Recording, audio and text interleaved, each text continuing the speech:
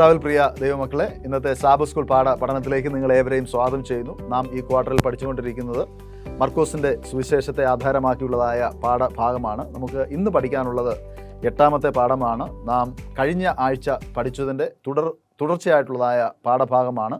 കർത്താവ് യേശു ക്രിസ്തു ശിഷ്യന്മാരെ പഠിപ്പിക്കുന്നു എന്നുള്ളതായ പാഠഭാഗത്തിൻ്റെ 2ാമത്തെ ഭാഗമാണ്. ഈ പാഠം ചർച്ച ചെയ്യുന്നതിന് 2 പാസ്റ്റർമാർ നമുക്ക് സ്റ്റുഡിയോയിലുണ്ട്. നമുക്ക് അവരെ പരിചയപ്പെടാം. ഒപ്പം നിങ്ങളെല്ലാവരെയും വളരെ സസന്തോഷം ഈ പഠനത്തിലേക്ക് സ്വാഗതം ചെയ്യുന്നു. പാസ്റ്റർ എഡ്വിൻ ഇന്ന് ഈ സ്റ്റുഡിയോയിൽ പാഠം ചർച്ച ചെയ്യുന്നതിന് കടന്നു വന്നതിൽ അതിയായ സന്തോഷമുണ്ട്. പാസ്റ്ററെ ഈ ചർച്ചയിലേക്ക് സ്വാഗതം ചെയ്തു.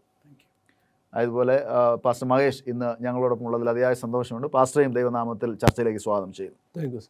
കർത്താവായ യേശു ക്രിസ്തു ശിഷ്യന്മാരെ പഠിപ്പിക്കുന്നതിന് വേണ്ടിയാണ് ഈ 3.5 വർഷം ശിഷ്യന്മാരെ കർത്താവായ യേശു ക്രിസ്തുവിൻ്റെ കൂട്ടത്ത് കൊണ്ട് നടക്കുകയും കർത്താവിനോടൊപ്പം ഉറക്കുകയും ഭക്ഷണം കഴിക്കുകയും അത്ഭുതങ്ങളും അടയാളങ്ങളും ഒക്കെ ചെയ്യുന്നതായ സമയത്ത് ഇതെല്ലാം ഉപദേശിച്ച് കൊടുത്തത്. എന്നാൽ ഈ പാഠത്തിൽ പ്രധാനമായിട്ടും ചർച്ച ചെയ്യപ്പെടുന്നതായ കാര്യം, പരീശന്മാർ കർത്താവായ യേശു ക്രിസ്തുവിനെ ഇങ്ങനെ ഉപദ്രവിക്കുവാനും കുടുക്കുവാനും അവനെ കൊല്ലുവാനും തക്കം പാർക്കുന്നതായ പ്രക്രിയയിൽ കർത്താവായ യേശു ക്രിസ്തുവിനോട് ചോദിക്കുന്നതായ ചില ചോദ്യങ്ങൾ, എപ്രകാരം മോശയുടെ ന്യായപ്രമാണത്തിന് എതിരായി കർത്താവായ യേശു ക്രിസ്തു എന്തെങ്കിലും പറയുമോ, അങ്ങനെ പറഞ്ഞാൽ യേശു ക്രിസ്തുവിനെ അത്തരത്തിൽ പിടിച്ച് കൊന്നുകളയാം എന്ന ചിന്തയോടുകൂടെ നോക്കുന്നതായ ഒരു പശ്ചാത്തലത്തെക്കുറിച്ചാണ് ഇന്നത്തെ പാഠം പറയുന്നത്. നമുക്ക് മനപ്പാഠവാക്യമായി നൽകിയിരിക്കുന്നത് മർക്കോസിൻ്റെ സുവിശേഷം 10ാം അധ്യായം അതിൻ്റെ 45-ാം വാക്യമാണ്. മനുഷ്യപുത്രൻ ശുശ്രൂഷ ചെയ്യിപ്പാനല്ല, ശുശ്രൂഷിപ്പാനും അനേകർക്ക് വേണ്ടി തൻ്റെ ജീവനെ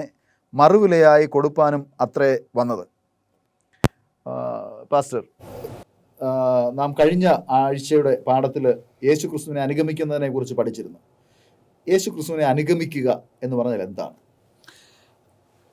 പൊതുവായി ഒരു വ്യക്തിയെ ക്രിസ്ത്യാനി എന്ന് പറയുമ്പോൾ അവൻ ക്രിസ്തുവിൻ്റെ അടിച്ചുവടുകൾ, യേശു കർത്താവിൻ്റെ മാതൃക, അതിൻ പ്രകാരം ജീവിക്കുന്ന ഒരു വ്യക്തിയായിരിക്കണം.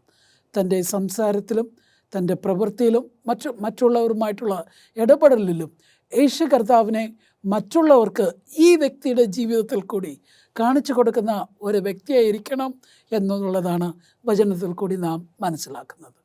പാസ്റ്റർ മഹേഷ്, ദൈവത്തിൻ്റെ വചനത്തിൽ പരീശന്മാർ കർത്താവ് യേശു ക്രിസ്തുവിനെ പരീക്ഷിക്കുന്നതിന് വേണ്ടി ചില ചോദ്യങ്ങൾ ചോദിച്ചു. അതിലൊരു പ്രധാന ചോദ്യം എന്ന് പറയുന്നത് മോശയുടെ ന്യായപ്രമാണ പ്രകാരം ഒരു സ്ത്രീയെ വിവാഹമോചനം ചെയ്യുന്നതിനെ കുറിച്ചാണ്. കർത്താവ് യേശു ക്രിസ്തു ഈ പശ്ചാത്തലത്തിൽ എന്താണ് പറഞ്ഞത്? ഇവിടെ കർത്താവ് യേശു ക്രിസ്തു അതിനെക്കുറിച്ച് അല്ലെങ്കിൽ വിവാഹത്തെക്കുറിച്ച് എന്താണ് പറഞ്ഞിരിക്കുന്നതെന്ന് മാർക്കോസ് അപ്പോസ്തലൻ വളരെ കൃത്യമായിട്ട് ഇവിടെ രേഖപ്പെടുത്തിയിരിക്കുന്നതായിട്ട് കാണുവാൻ സാധിക്കും. ഇവിടെ കർത്താവ് യേശു ക്രിസ്തു ആദ്യം മോശ പ്രവാചകൻ ഉൽപ്പത്തി പുസ്തകത്തിൽ എഴുതിയതായിട്ടുള്ള കാര്യം, അല്ലെങ്കിൽ സ്വർഗത്തിലെ ദൈവം മനുഷ്യനെ സൃഷ്ടിച്ച് അവരെ ആണും പെണ്ണുമായി സൃഷ്ടിച്ച് അവർ ഒന്നാക്കി തീർക്കുന്നതായിട്ടുള്ള പ്രക്രിയയാണ് വിവാഹം എന്ന് കാണുവാൻ സാധിക്കും.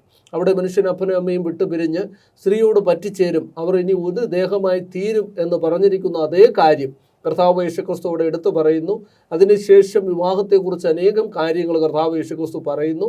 അപ്പോൾ അവിടെ കർത്താവ് യേശുക്രിസ്തു പറയുന്നത് ഈ കേൾക്കുന്നതായിട്ടുള്ള പരീശന്മാർ കർത്താവ് യേശുക്രിസ്തുവിനെ കൊടുക്കുന്നതിന് വേണ്ടി ചോദിക്കുന്നത്, മോശയുടെ ന്യായപ്രമാണത്തിൽ ആ ഉപേക്ഷണ പത്രം കൊടുത്ത് ഒരു സ്ത്രീയെ ഉപേക്ഷിക്കുവാനുള്ള ആ വകുപ്പ് അല്ലെങ്കിൽ അതിനുള്ളതായിട്ടുള്ള കാരണം അതിൽ രേഖപ്പെടുത്തിയിരിക്കുന്നു, അത് ശരിയാണോ എന്നാണ് ചോദിക്കുന്നത്. അപ്പോൾ ക്രിസ്തു അത് ശരിയല്ല എന്ന് പറയുമ്പോൾ അവർക്ക് തീർച്ചയായിട്ടും പറയുവാൻ സാധിക്കും, ക്രിസ്തു മോശയുടെ ന്യായപ്രമാണം അംഗീകരിക്കുന്നില്ല, അല്ലെങ്കിൽ യഹൂദ പാരമ്പര്യം അല്ലെങ്കിൽ അവർ വിശ്വസിക്കുന്ന കാര്യം ചെയ്യുന്നില്ല, അതുകൊണ്ട് ക്രിസ്തു ഒരു യഹൂദനല്ല, അല്ലെങ്കിൽ ക്രിസ്തു ശിക്ഷ അർഹിക്കുന്നവനാണ് എന്ന് പറഞ്ഞ് ക്രിസ്തുവിനെ തള്ളിക്കളയുവാൻ സാധിക്കും. എന്നാൽ കർത്താവായ യേശു ക്രിസ്തു അവിടെ പറയുന്നത് നിങ്ങളുടെ ഹൃദയ കാഠിന്യം കൊണ്ടാണ് അങ്ങനെ പറഞ്ഞിരിക്കുന്നത്. അങ്ങനെ നിങ്ങൾക്ക് തോന്നുന്നത് പോലെ ഉപേക്ഷണ പത്രം കൊടുത്ത് ഒരിക്കലും ഉപേക്ഷിക്കുവാൻ കഴിയുകയില്ല. കാരണം ദൈവം കൂട്ടിച്ചേർത്തതായിട്ടുള്ള കാര്യത്തെ ഒരിക്കലും മനുഷ്യന് വേർപിരിക്കുവാൻ സാധിക്കുകയില്ല. അത് ദൈവമാണ് കൂട്ടിച്ചേർത്തത്. ഇനി ആ കാലഘട്ടങ്ങളിൽ നിലനിന്നിരുന്നതായിട്ടുള്ള ഒരു കാര്യം എന്ന് പറയുന്നത് സ്ത്രീയെ വളരെ തരം താഴ്ത്തി കാണിക്കുന്നതായിട്ടുള്ള ഒരു സമൂഹമായിരുന്നു അന്നുണ്ടായിരുന്നത്. അതുകൊണ്ട് തന്നെ ഇവരുടെ ആ മേൽക്കോയ്മ കൊണ്ട് ഇവർക്ക് പെട്ടെന്ന് ദേഷ്യം വരുമ്പോൾ അല്ലെങ്കിൽ എന്തെങ്കിലും ഇഷ്ടപ്പെടാത്തതായിട്ടുള്ള ഒരു കാര്യം വരുമ്പോൾ അവർക്കങ്ങ് ഉപേക്ഷിച്ച് കളയാം, ഉപേക്ഷണ പത്രം കൊടുത്താൽ മതി. എന്നാൽ ഇവിടെ ക്രിസ്തു പറയുന്നത് അങ്ങനെ നിങ്ങൾക്ക് ഒരിക്കലും ഉപേക്ഷിക്കുവാൻ പാടില്ല, അല്ലെങ്കിൽ മോശയുടെ ന്യായപ്രമാണത്തെ ക്രിസ്തു ഒരിക്കലും തിരസ്കരിക്കുന്നില്ല. അവിടെ ക്രിസ്തു പറയുന്നത് നിങ്ങളുടെ ഹൃദയ കാഠിന്യം കൊണ്ടാണ് അങ്ങനെ കൊടുത്തത്.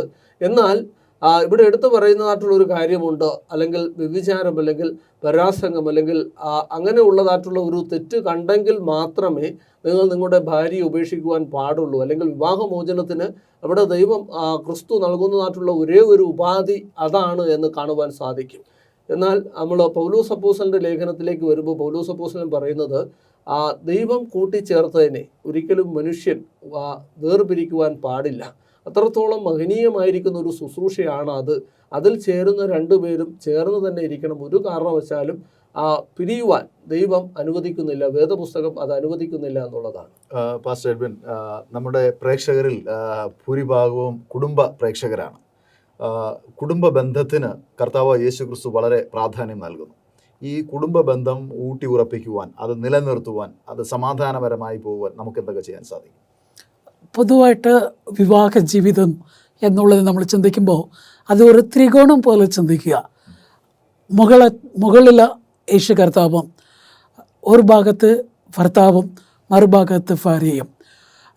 ആദ്യം ഇവർ ചെയ്യേണ്ടത് രണ്ടുപേരും യേശു കർത്താവിനോട് അടുത്ത് ചേരുമ്പോൾ തമ്മിൽ എന്ത് ചെയ്യും എന്ന് വെച്ചാൽ ആ ഒരു ബന്ധം ഉറയ്ക്കും എന്നുള്ളത് നമ്മൾ കാണുന്നു. കാരണം എന്തുവാ, രണ്ടുപേരുടെ വിശ്വാസം ഒരുപോലെ ആയിരിക്കും എന്നുള്ളതായി നമ്മൾ കാണുന്നു. അടുത്തതായിട്ടുള്ള ഒരു പൊതുവായി പറയുന്നതുകൊണ്ട് the family that prays together stays together. കർത്താവുമായിട്ടുള്ള ഒരു ബന്ധം രണ്ടുപേർക്കും എങ്ങനെ ഉണ്ടോ ആ രീതിയിലായിരിക്കും അവർ തമ്മിൽ ഉണ്ടായിരിക്കുന്ന ഒരു ബന്ധം. കർത്താവിനെ സ്നേഹിക്കുന്ന, കർത്താവിൻ്റെ വചനം അനുസരിക്കുന്ന ഒരു വ്യക്തി ഒരിക്കലും തൻ്റെ ഭാര്യയോ അല്ലെങ്കിൽ ഭാര്യ ഭർത്താവിനെയോ അവരെന്ത് ചെയ്യത്തില്ല, സ്നേഹിക്കാതെ ഇരിക്കത്തില്ല. കർത്താവിൻ്റെ വചനം പറയുന്നത് പോലെ അവരെന്ത് ചെയ്യും, ദൈവവചനം അനുസരിച്ച്.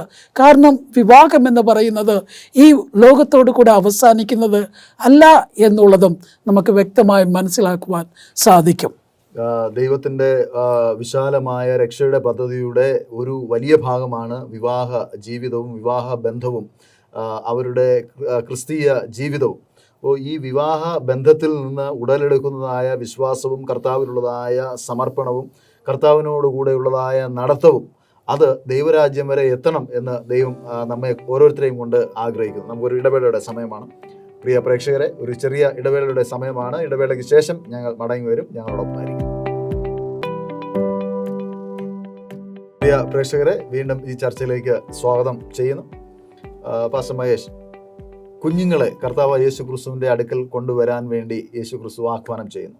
യേശു ക്രിസ്തുവിൻ്റെ കുഞ്ഞുങ്ങളെക്കുറിച്ചുള്ളതായ ഉപദേശം, അല്ലെങ്കിൽ കുഞ്ഞുങ്ങൾ ദൈവരാജ്യവുമായി ബന്ധപ്പെടുന്നത് എപ്രകാരമാണെന്ന് യേശു ക്രിസ്തു എങ്ങനെയാണ് പറയുന്നത്? ഇതിനെക്കുറിച്ച് ചിന്തിക്കുന്നതിന് മുമ്പായിട്ട് അപ്പോസ്തലനായ പൗലോസ് എഫെസ്യർക്ക് എഴുതിയ ലേഖനത്തിൽ അവിടെ കർത്താവ് അപ്പോസ്തലനായ പൗലോസ് ദൈവാത്മ പ്രേരണമായിട്ട് എഫെസോസ് ലേഖനം എഴുതുമ്പോൾ, എഫെസോസ് സഭയ്ക്ക് ലേഖനം എഴുതുമ്പോൾ അവിടെ ആദ്യം കുടുംബത്തെക്കുറിച്ച് പറയുന്നു, ഫാമിലിയെക്കുറിച്ച് പറയുന്നു, ഭാര്യ ഭർത്താക്കന്മാർ എങ്ങനെ ആയിരിക്കണമെന്ന് പറയുന്നു. അതിനുശേഷം കുഞ്ഞുങ്ങൾക്കുള്ളതായിട്ടുള്ള ഉപദേശം കൊടുക്കുന്നു. അതേ ഒരു പാറ്റേൺ ഇതിൽ നിന്നും നമുക്ക് കാണുവാൻ സാധിക്കും. ഇവിടെയും കർത്താവ് യേശുക്രിസ്തു യഹൂദന്മാരെ കുടുംബ ജീവിതത്തെക്കുറിച്ച്, അല്ലെങ്കിൽ ഭാര്യ ഭർത്താക്കന്മാർ എങ്ങനെ ആയിരിക്കണം അതിനെക്കുറിച്ചുള്ള ആ ചോദ്യത്തിന് മറുപടി നൽകിയതിന് ശേഷം കുഞ്ഞുങ്ങളെക്കുറിച്ചുള്ള കാര്യം ഇവിടെ വരുന്നതായിട്ട് കാണുവാൻ സാധിക്കും. അപ്പോൾ കുഞ്ഞുങ്ങളെ ക്രിസ്തുവിൻ്റെ അടുക്കിലേക്ക് കുഞ്ഞുങ്ങൾ വരുമ്പോൾ അത് ശിഷ്യന്മാർ തടുക്കുന്നു. ആ സമയത്ത് കർത്താവ് യേശുക്രിസ്തു പറയുകയാണ്, കുഞ്ഞുങ്ങളെ എൻ്റെ അടുക്കിലേക്ക് വിടുവിൻ, അവരെ തടുക്കരുത് എന്ന് കർത്താവ് യേശുക്രിസ്തു എടുത്ത് പറയുന്നതായിട്ട് കാണുവാൻ സാധിക്കും. അപ്പോൾ കുഞ്ഞുങ്ങളെന്ന് പറയുന്നത് അടുത്ത തലമുറയാണ്, അല്ലെങ്കിൽ മാതാപിതാക്കൾക്ക് ദൈവം നൽകുന്ന അനുഗ്രഹമാണ് എന്ന് സങ്കീർത്തനക്കാരൻ പറയുന്നു. അപ്പോൾ ആ കുഞ്ഞുങ്ങളെ അനുഗ്രഹിക്കുന്നതിന് വേണ്ടിയാണ് കർത്താവ് യേശുക്രിസ്തുവിൻ്റെ അടുക്കിലേക്ക് കൊണ്ടുവരുന്നത്. അവരെ ഒരിക്കലും തടുക്കുവാൻ പാടില്ല. ആ കുഞ്ഞുങ്ങളെ അങ്ങനെയുള്ളവർക്കാണ് ദൈവരാജ്യം ഉള്ളത്, അതുകൊണ്ട് അവരെ തടുക്കരുത് എന്ന് കർത്താവ് യേശുക്രിസ്തു വളരെ വ്യക്തമായിട്ട് പറയുന്നു. പാസ്റ്റർ എഡ്വിൻ, കർത്താവ് യേശുക്രിസ്തു കുഞ്ഞുങ്ങളെ ദൈവരാജ്യവുമായിട്ട് താരതമ്യം ചെയ്യുന്നുണ്ട്. എന്തുകൊണ്ടാണ് ഈ കുഞ്ഞുങ്ങളെ ദൈവരാജ്യവുമായിട്ട് താരതമ്യം ചെയ്യുന്നത്? കുഞ്ഞുങ്ങളെക്കുറിച്ച് പൊതുവായിട്ട് നമുക്കറിയാം, കുഞ്ഞുങ്ങളുടെ മുഖം കാണുമ്പോൾ തന്നെ നമ്മൾ ആ കുഞ്ഞിനെ എടുക്കണം, നമ്മൾ ഒന്ന് ചേർത്ത് അണയ്ക്കണം എന്നൊക്കെ ഉള്ള ഒരു ചിന്താഗതി ഉണ്ട്. കാരണം എന്തുവാ, ആ കുഞ്ഞിൻ്റെ ചിരി, ആ ചിരിയിൽ ഒരു മനസ്സിൽ ഒന്ന് വച്ചിട്ട് പുറമേ കാണിക്കുന്ന അങ്ങനെ ഒരു സ്വഭാവമില്ല. വലിയവരിൽ അങ്ങനെ കാണും. പക്ഷെ കുഞ്ഞുങ്ങളൊന്ന് ചിരിക്കുകയാണെങ്കിൽ അത് യഥാർത്ഥമായി ചിരിക്കുന്നതാണ്. കുഞ്ഞുങ്ങളിൽ നിഷ്കളങ്കമുള്ള ഹൃദയമുള്ളവരാണ്, അതുമാത്രമല്ല താഴ്മയുള്ളവരാണ്. അപ്പോൾ ദൈവരാജ്യത്തിനെ അവകാശം ആക്കണം എന്ന് ആഗ്രഹിക്കുന്നവരും കുഞ്ഞുങ്ങളെപ്പോലെ നിഷ്കളങ്കം ഇല്ലാത്തവരായി മായ്മാലം പുറമേ ഒന്ന് കാണിക്കുകയും അകത്ത് ഉള്ള ആ രീതിയിലുള്ള ജീവിതമല്ലാതെ യഥാർത്ഥ ഒരു ജീവിതം നയിക്കുക എന്നുള്ളതാണ് കുഞ്ഞുങ്ങളിലിരുന്ന് നാം മനസ്സിലാക്കേണ്ടത്. പാസ്റ്റർ, കർത്താവ് യേശു ക്രിസ്തുവിൻ്റെ അടുക്കൽ അനേകർ വന്ന് നിത്യരാജ്യം അല്ലെങ്കിൽ ദൈവരാജ്യം പ്രാപിക്കാൻ ഞാൻ എന്ത് ചെയ്യണം എന്ന് ചോദിക്കുന്നതായ ചോദ്യമുണ്ട്. വാസ്തവത്തിൽ ദൈവരാജ്യം അവകാശമാക്കാൻ ഒരു മനുഷ്യൻ എന്താണ് ചെയ്യേണ്ടത്? ഈ ഭാഗത്തു നിന്നും നമുക്ക് മനസ്സിലാക്കുവാൻ സാധിക്കുന്ന ഒരു കാര്യം, അല്ലെങ്കിൽ സുവിശേഷങ്ങളിൽ ഉടനീളം നോക്കുമ്പോൾ കർത്താവ് യേശു ക്രിസ്തു 2 കാര്യങ്ങളാണ് പറയുന്നത്. ഒന്ന്, കർത്താവ് യേശു ക്രിസ്തുവിനോട് ചോദിക്കുന്നു നിത്യജീവനെ അവകാശമാക്കാൻ ഞാൻ എന്ത് ചെയ്യണമെന്ന്. അപ്പോൾ കർത്താവ് യേശു ക്രിസ്തു പറയുന്നത് നീതിമാൻ ഒരുത്തനേ ഉള്ളൂ, ആ ക്രിസ്തുവിൽ വിശ്വസിക്കുന്നതാണ് നിനക്ക് നിത്യജീവൻ ഉണ്ടാകുവാനുള്ള കാരണം. അതുപോലെ തന്നെ ഒരു ധനവാൻ വന്ന് കർത്താവ് യേശു ക്രിസ്തുവിനോട് ചോദിക്കുന്നു നിത്യജീവനെ അവകാശമാക്കുവാൻ ഞാൻ എന്ത് ചെയ്യണമെന്ന്. അപ്പോൾ കർത്താവ് യേശു ക്രിസ്തു പറയുന്നത് ദൈവകൽപ്പന പ്രമാണിക്കുക എന്ന്. അപ്പോൾ ദൈവകൽപ്പന പ്രമാണിക്കുന്നവരും അതുപോലെ കർത്താവ് യേശു ക്രിസ്തുവിൽ വിശ്വസിക്കുന്നവരുമാണോ നിത്യജീവൻ അവകാശമാക്കുന്നത്? അത് വെളിപാട് പുസ്തകത്തിൽ വളരെ വ്യക്തമായിട്ട് പറയുന്നു. വെളിപാട് 14:12 വളരെ വ്യക്തമായി പറയുന്നു, ദൈവകൽപ്പനയും യേശുങ്ങളുടെ വിശ്വാസവും കാത്തുകൊള്ളുന്ന വിശുദ്ധന്മാരുടെ സഹിഷ്ണുത കൊണ്ട് ഇവിടെ ആവശ്യം. അപ്പോൾ ദൈവകൽപ്പന അനുസരിക്കുക, അതുപോലെ കർത്താവ് യേശു ക്രിസ്തുവിൽ വിശ്വസിക്കുക, അതാണ് നിത്യജീവന് ആധാരമായിരിക്കുന്ന കാര്യമെന്ന് കർത്താവ് യേശു ക്രിസ്തു മർക്കോസിൻ്റെ സുവിശേഷത്തിലൂടെയും പരാമർശിക്കുന്നു. പാസ്റ്റർ എഡ്വിൻ, നിത്യജീവൻ നമ്മുടെ ദൈവമാണ് നമുക്ക് നൽകുന്നത്. എന്നാൽ ദൈവം നമ്മോട് ഈ നിത്യജീവൻ അവകാശമാക്കുന്നതിനു വേണ്ടി ചില കാര്യങ്ങൾ ചെയ്യണം എന്ന് പറയുന്നു. അപ്പോൾ നമ്മുടെ പ്രവൃത്തിയാലല്ല ഈ നിത്യജീവൻ ലഭിക്കുന്നതെന്ന് വേദപുസ്തകം പറയുന്നു. കൃപയാൽ അത്രേ നമുക്ക് നിത്യജീവൻ അഥവാ രക്ഷ നമുക്ക് ലഭ്യമാകുന്നത്. ഈ രക്ഷയെ കരഗതമാക്കുവാൻ അല്ലെങ്കിൽ നമുക്ക് അവകാശമാക്കുവാൻ തക്കവണ്ണം നമുക്ക് എന്തൊക്കെ ചെയ്യാൻ സാധിക്കും? നാം വചനം വായിക്കുമ്പോൾ മർക്കോസിൻ്റെ സുവിശേഷത്തിൽ മറ്റൊരു ഭാഗം നമ്മൾ കാണുന്നുണ്ട്. യോഹന്നാനും യാക്കോബും കർത്താവിൻ്റെ അടുക്കിലേക്ക് വന്ന ഒരു ആവശ്യം പറയുകയാണ്. അങ്ങയുടെ രാജ്യത്തിൽ വരുമ്പോൾ ഞാൻ ഒരാൾ വലതു പാരിശത്തും മറ്റേ ആൾ ഇടതു പാരിശത്തും ആയിരിക്കണം എന്നുള്ള ഒരു ആവശ്യം മുൻവയ്ക്കുകയാണ്. അപ്പോൾ കർത്താവ് അവരോട് ചോദിക്കുന്നു, ഞാൻ കുടിക്കുന്ന പാത്രത്തിൽ നിങ്ങൾക്ക് കുടിക്കുവാൻ സാധിക്കുമോ? അപ്പോൾ അവർ പറയുന്നത് ഞങ്ങൾക്ക് സാധിക്കും. ആക്ച്വലി അവർ ചിന്തിച്ചത് എന്തുവാ? അവർ ചിന്തിച്ചത് കർത്താവ് ഭൗമികമായി ഒരു രാജ്യം സ്ഥാപിക്കാൻ പോകുന്നു. അപ്പോൾ ആ ഭൗമിക രാജ്യം സ്ഥാപിക്കുവാൻ ഗൊറില്ല വാർഫെയർ അല്ല, അങ്ങനത്തെ ഒരു ഗൊറില്ല വാർഫെയറെ കുറിച്ചാണ് കർത്താവ് പറയുന്നത്. അതുകൊണ്ട് ഞങ്ങൾ ഏത് കാര്യവും ചെയ്യുവാൻ ഞങ്ങൾക്ക് മനസ്സുണ്ട് എന്നുള്ള കാര്യമാണ് അവർ പറയുന്നത്. അവർ ചിന്തിച്ചിരുന്നത് അവർ മുൻപിലായിരിക്കണം എന്നുള്ള ആ ഒരു ചിന്താഗതിയാണ് ഉണ്ടായിരുന്നത്. എന്നാൽ കർത്താവ് പറഞ്ഞത്, അവർക്ക് മറുപടി പറഞ്ഞത്, ഞാൻ കുടിക്കുന്ന പാനപാത്രം നിങ്ങൾ കുടിക്കും എന്നങ്ങനെ പറയുമ്പോൾ അവരുടെ അവസാനം എങ്ങനെയായിരിക്കും എന്ന് നമ്മൾ കാണുന്നു. മാളിക മുറിയുടെ ഒരു അനുഭവം കഴിയുമ്പോൾ ശിഷ്യന്മാരുടെ ജീവിതത്തിൽ അവരുടെ ചിന്താഗതിയിൽ തന്നെ വലിയ ഒരു മാറ്റം സംഭവിക്കുന്നു. ഞാൻ കുടിക്കുന്ന പാനപാത്രം എന്ന് കർത്താവ് പറഞ്ഞതുപോലെ ആദ്യമായി ക്രിസ്തുവിന് വേണ്ടി രക്തസാക്ഷിയായി മരിക്കുന്നത് യാക്കോബായിരുന്നു എന്ന് നാം വചനത്തിൽ കൂടി രാജ്യത്തിൽ വലത് സൈഡിലിരിക്കണമെന്ന് ആഗ്രഹിച്ച യാക്കോബായിരുന്നു ആദ്യമായി മരിക്കുന്നത്. അതേപോലെ അവസാനമായി മരിക്കുന്നത് യോഹന്നാൻ ശിഷ്യൻ എന്നും നാം വചനത്തിൽ കൂടി നമ്മൾ മനസ്സിലാക്കുന്നത്. പാസ്റ്റർ മഹേഷ്, ഈ ദൈവരാജ്യത്തിൽ കടക്കുക എന്ന് പറയുന്നത് അത് നാം ചെയ്യുന്നതായ പ്രവൃത്തികൾ കാരണമല്ല, ദൈവത്തിൻ്റെ കൃപയാലാണ് നാം ദൈവരാജ്യത്തിൽ കടക്കുന്നത്. എന്നാൽ കർത്താവായ യേശു ക്രിസ്തു തൻ്റെ ഉപദേശങ്ങളിലൊക്കെ ശിഷ്യന്മാരോട് പറഞ്ഞത് നാം ദൈവരാജ്യത്തിൽ കടക്കണമെങ്കിൽ അനേക കഷ്ടങ്ങൾ സഹിക്കണം എന്ന് പറയുന്നുണ്ട്. അപ്പോൾ ശിഷ്യന്മാരോട് പറയുന്നുണ്ട്, ഞാൻ കുടിക്കുന്ന പാനപാത്രം നിങ്ങൾ കുടിച്ചാൽ നിങ്ങൾക്ക് സാധിക്കും. പിന്നത്തേതിൽ യേശു ക്രിസ്തു തന്നെ പറയുന്നുണ്ട്, അത് നിങ്ങൾ കുടിക്കും. അത് എന്തിനെ ഉദ്ദേശിച്ചാണ് ഈ പിന്നത്തേതിൽ നിങ്ങൾ ആ പാനപാത്രം കുടിക്കും എന്ന് പറയുന്നത്? ഇവിടെ കർത്താവ് യേശുക്രിസ്തുവിൻ്റെ ക്രൂശ് മരണം അല്ലെങ്കിൽ കർത്താവ് യേശുക്രിസ്തു അനുഭവിക്കാൻ പോകുന്നതായിട്ടുള്ള ആ കഷ്ടതയെക്കുറിച്ചാണ് കർത്താവ് യേശുക്രിസ്തു അവിടെ സൂചിപ്പിക്കുന്നത്. അവിടെ കർത്താവ് യേശുക്രിസ്തു കടന്നു പോയതായിട്ടുള്ള അതേ ഒരു അവസ്ഥ ശിഷ്യന്മാർക്കും പിൽക്കാലത്ത് ഉണ്ടാകും എന്ന് കർത്താവ് യേശുക്രിസ്തു അവിടെ പറയുകയാണ്. അതിന് മുന്നോടിയായിട്ട് കർത്താവ് യേശുക്രിസ്തു പറയുന്ന ഒരു കാര്യമുണ്ട്, പച്ചമരത്തോട് അവരിങ്ങനെയാണ് ചെയ്യുന്നത് എങ്കിൽ ഉണക്കമരത്തിൻ്റെ അവസ്ഥ എന്തായിരിക്കും? ഉണക്കമരം മനുഷ്യരെ കുറിച്ചാണ് പറയുന്നത്, ശിഷ്യന്മാരെ കുറിച്ച്. അതായത് കർത്താവ് യേശു ക്രിസ്തുവിനോട് അവരിങ്ങനെയാണ് പ്രവർത്തിക്കുന്നത് എങ്കിൽ അതേ ഒരു അനുഭവത്തിലൂടെ തന്നെ ശിഷ്യന്മാരും കടന്നു പോകേണ്ടതായിട്ട് ഉണ്ട് എന്ന് നമുക്ക് കാണുവാൻ സാധിക്കും. അത് പിന്നത്തേതിൽ ആ ശിഷ്യന്മാർ അത് അനുഭവിക്കുന്നതായിട്ടും കാണുവാൻ സാധിക്കും. യാക്കോബ് അപ്പോസ്തലൻ മുതൽ അങ്ങോട്ട് മറ്റ് 11 ശിഷ്യന്മാരെ കുറിച്ച് നോക്കുമ്പോഴും അവർ ലോകത്തിൻ്റെ ഓരോ ഭാഗത്ത് പോവുകയും വളരെ കഷ്ടതകളും യാതനകളും അനുഭവിച്ച് അവർ രക്തസാക്ഷിത്വം വഹിക്കുന്നതായിട്ട് കാണുവാൻ സാധിക്കും. അപ്പോൾ ക്രിസ്തു കടന്നുപോയതായിട്ടുള്ള ഒരു അവസ്ഥയിൽ തന്നെ പിൽക്കാലത്ത് ശിഷ്യന്മാർ കടന്നു പോകുന്നതായിട്ട് മനസ്സിലാക്കുവാൻ സാധിക്കും. ദൈവരാജ്യം ഐഹികമല്ല എന്നുള്ളതായ ഒരു ചിന്ത ശിഷ്യന്മാർക്ക് കടന്നു വരുന്നത്, ശിഷ്യന്മാർക്ക് മനസ്സിലാകുന്നത് തന്നെ കർത്താവ് യേശുക്രിസ്തുവിൻ്റെ മരണത്തിന് ശേഷമാണ്. ഈ മരണത്തെക്കുറിച്ചും കർത്താവ് യേശുക്രിസ്തുവിൻ്റെ പിന്നീടുള്ളതായ പ്രവർത്തനത്തെക്കുറിച്ചുമൊക്കെ നമ്മൾ ഇനിയുള്ളതായ പാഠങ്ങളിലൊക്കെ പഠിക്കാൻ തക്കവണ്ണം പോവുകയാണ്. നമുക്കൊരു ചെറിയ ഇടവേളയുടെ സമയമാണ്. പ്രിയ പ്രേക്ഷകരെ, ഒരു ചെറിയ ഇടവേളയ്ക്ക് ശേഷം ഞങ്ങൾ മടങ്ങി വരും. ഞങ്ങളോടൊപ്പം കർത്താവിൽ പ്രിയ ദൈവമക്കളെ, ഈ ചർച്ചയിലേക്ക് വീണ്ടും നിങ്ങളെ സ്വാഗതം ചെയ്യുകയാണ്. പാസ്റ്റർ, ശിഷ്യന്മാർ ആരാണ് വലിയവൻ, ആരാണ് ചെറിയവൻ എന്നുള്ളതായ ഒരു ചോദ്യം നാം വീണ്ടും വീണ്ടും ആവർത്തിച്ച് ചർച്ച ചെയ്യുകയുണ്ടായി. എന്നാൽ ഒരു ശുശ്രൂഷകൻ എന്ന നിലയ്ക്ക്, അഥവാ ഒരു പാസ്റ്റർ എന്ന നിലയ്ക്ക് മറ്റുള്ളവരുടെ ഒരു ശുശ്രൂഷകനായിരിക്കുക എന്നുള്ളതിൻ്റെ അർത്ഥം എന്താണ്? ഇവിടെ കർത്താവ് യേശുക്രിസ്തു ഈ ശിഷ്യന്മാരോട്, അതായത് യാക്കോബ് അപ്പോസ്തലനും യോഹന്നാൻ അപ്പോസ്തലനും കർത്താവ് യേശുക്രിസ്തുവിൻ്റെ ഇടതും വലതും ഇരിക്കണമെന്ന് ആഗ്രഹിക്കുന്നത് കേട്ടിട്ട് മറ്റ് ശിഷ്യന്മാർ നീരസപ്പെട്ടു എന്നാണ് മർക്കോസ് അപ്പോസ്തലൻ രേഖപ്പെടുത്തിയിരിക്കുന്നത്. അതിനുശേഷം കർത്താവ് യേശുക്രിസ്തു പറയുകയാണ്, നിങ്ങളിൽ വലിയവനാകുവാൻ ആഗ്രഹിക്കുന്നവൻ ചെറിയവനാവണം, അല്ലെങ്കിൽ മറ്റുള്ളവർക്ക് ശുശ്രൂഷ ചെയ്യുന്നവനാകണം. അതിനുശേഷം ഇതേ കർത്താവ് യേശുക്രിസ്തു ക്രിസ്തുവിനെ കുറിച്ച് പറയുന്നു, മനുഷ്യപുത്രൻ നിങ്ങളുടെ ഇടയിലേക്ക് ഇറങ്ങി വന്നിരിക്കുന്നത് ആ ശുശ്രൂഷ ചെയ്യുവാൻ, അനേകർക്ക് ശുശ്രൂഷ ചെയ്യുവാനും തൻ്റെ ജീവനെ മറുവിലയായി കൊടുക്കുവാനുമാണ് വന്നിരിക്കുന്നത് എന്ന് കർത്താവ് യേശുക്രിസ്തു പറയുന്നു. ഇനി അതേ കാര്യം കർത്താവ് യേശുക്രിസ്തു അക്ഷരാർത്ഥത്തിൽ ചെയ്യുന്നതായിട്ട് നമുക്ക് കാണുവാൻ സാധിക്കും. അപ്പോൾ ഇതിൽ നിന്നും നമ്മൾ മനസ്സിലാക്കേണ്ടത്, കർത്താവ് യേശുക്രിസ്തുവിനെ അനുഗമിക്കുന്നതായിട്ടുള്ള നമ്മൾ ഓരോരുത്തരും മറ്റുള്ളവരുടെ ശുശ്രൂഷകരായിരിക്കണം, അല്ലെങ്കിൽ ആ ക്രിസ്തു പിന്തുടർന്നതായിട്ടുള്ള മാതൃക നമ്മൾ പിന്തുടരണം. മറ്റുള്ളവരുടെ ആവശ്യങ്ങളെ മനസ്സിലാക്കി നമ്മൾ അവർക്ക് വേണ്ടി പ്രവർത്തിക്കണം. ക്രിസ്തു അവർക്ക് രോഗസൗഖ്യം ആവശ്യമുണ്ടായിരുന്നതായിട്ടുള്ള ആളുകൾക്ക് രോഗസൗഖ്യം നൽകി, അതുപോലെ തന്നെ ഭൂതഗ്രസ്തരായിട്ടുള്ള ആളുകൾക്ക് ആ ഭൂതത്തിൽ നിന്നും വിടുതൽ നൽകി. അതുപോലെ തന്നെ അവർക്ക് ശുശ്രൂഷ ചെയ്തതുപോലെ നമ്മളും പരിശുദ്ധാത്മാവിനാൽ മറ്റുള്ളവർക്ക് ശുശ്രൂഷ ചെയ്യണം. നമ്മൾ ഒന്നാമനാകുവാൻ ആഗ്രഹിക്കുന്നുവെങ്കിൽ കർത്താവ് യേശുക്രിസ്തു ചെയ്തതുപോലെ മറ്റുള്ളവർക്ക് ശുശ്രൂഷ ചെയ്ത് നമ്മളെ തന്നെ സ്വയമായിട്ട്, അല്ലെങ്കിൽ ജീവനെ മറുവിലയായി കൊടുത്ത് അവരെ രക്ഷിക്കേണ്ടതിൻ്റെ ആവശ്യകതയെക്കുറിച്ച് കർത്താവ് യേശുക്രിസ്തു എടുത്ത് പറയുന്നു. പാസ്റ്റർ, ഈ നാം പഠിച്ചുകൊണ്ടിരിക്കുന്നതായ പാഠത്തിൻ്റെ ഒരു പ്രധാന ഭാഗം എന്ന് പറയുന്നത്, കർത്താവായ യേശുക്രിസ്തുവിനെ അനുഗമിക്കുന്നതായ പുരുഷാരം ഉണ്ട്. ആ പുരുഷാരത്തിൻ്റെ തിക്കും തിരക്കുമുണ്ട്.